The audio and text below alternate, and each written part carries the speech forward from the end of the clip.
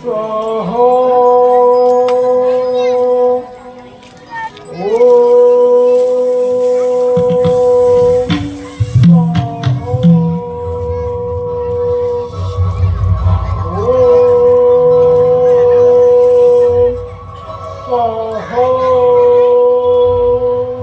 प्रणाम गुरुदेव प्रणाम.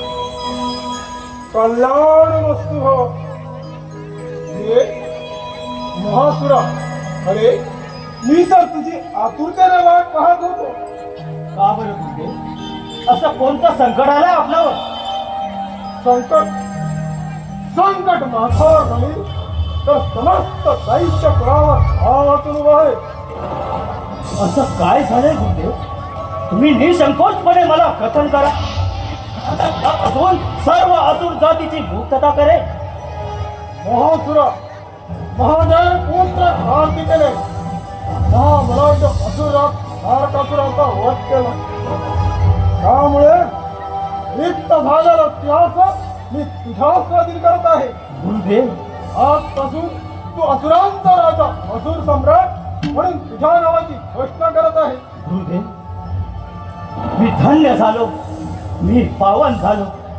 गुरुदेव, मी आपला अत्यंत ऋणी आहे. मला आशीर्वाद द्या.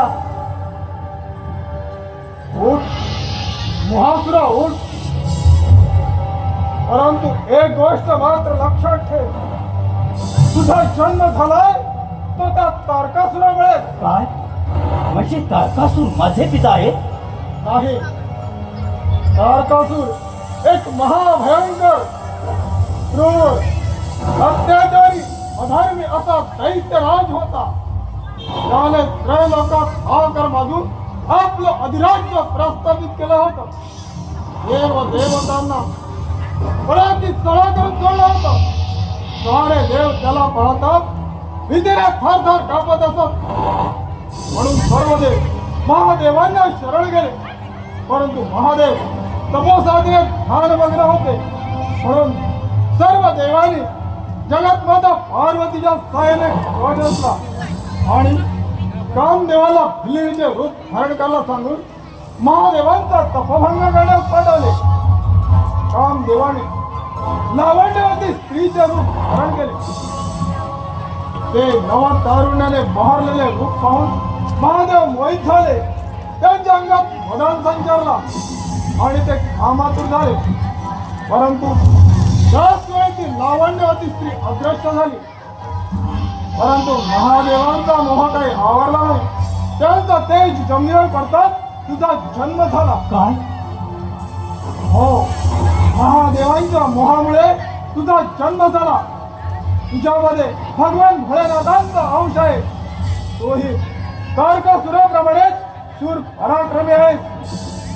म्हणून म्हणतो असुरांचं राज्य नेस्तनाभूत करून पाहणाऱ्या त्या देवतांना चांगलीच अद्दल घडाव.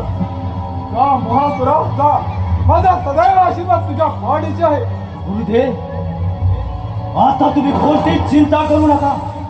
या धूत आणि कपटी देवतांचा बंदोबस्त करून आपल्या जनाचे दास बनवे. महासुरा, असा तू हुळून जाऊ नकोस. कारण देव जेवढे धूत आहेत तेवढे ते शूर पराक्रमी आहेत. म्हणून म्हणतो तू जो कोणी देवांची स्तुती करतो त्याला ते वरदान देत असतात. याचा तू फायदा करून घे आणि सूर्यदेवांची आराधना कर. सूर्यदेव प्रसन्न होतात. या विश्वामध्ये अपराजित राहतील असं वरदान मागून घे. ठीक आहे गुरुदेव. मग आता विलंब कशाला? मी आताच या क्षणाला अरण्यात जाऊन सूर्यदेवांच्या तपश्चर्येला सुरुवात करतो आणि त्यांच्याकडून इच्छित वर मागून घेतो. गुरुदेव, म्हणजेच याच्या ठाई मोह भरलाय. मोहासूर